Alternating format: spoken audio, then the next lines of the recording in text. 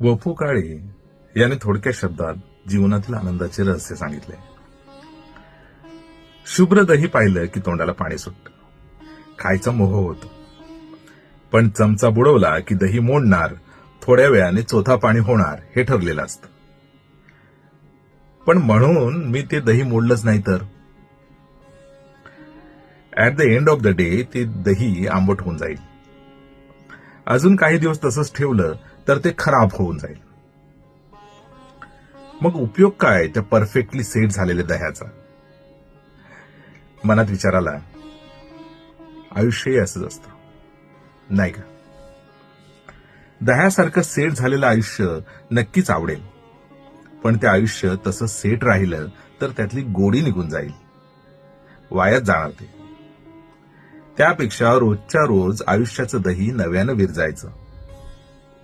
आयुष्याची गोडी चाकायला तर हवीच, आयुष्य जगायला तर हवंच. दिवसभर ते दही वेगवेगळ्या फॉर्म मध्ये अनुभवायचं. कधी साखर घालून, कधी मीठ घालून, कधी कोशिंबिरीत, कधी बुंदीत, तर कधी कोणत्या तरी ग्रेव्हीत, कधी जेवण तृप्त झाल्यावर ताक म्हणून.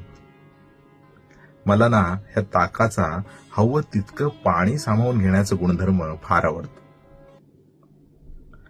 अर्थात कुठल्याही गोष्टीचा अतिरेक झाला तर आयुष्य पानचटच होतं. हर एक दिवसाच्या रेसिपीची नजाकत वाढवता आली पाहिजे.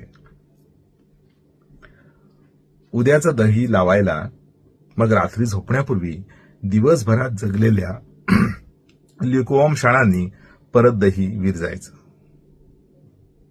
मला ठाऊक आहे, रोज ही बट्टी जमेलच असं नाही, पण नासलच समजा कधी, कडवट झालं समजा कधी, तर नाउमेद न होता नव्यानं सुरुवात करायची.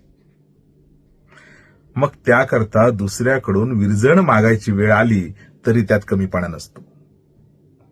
पण दही मात्र रोजच्या रोज ताजच लावायचं. आयुष्य कसं चवीनं जगायचं. छान आहे ना? धन्यवाद.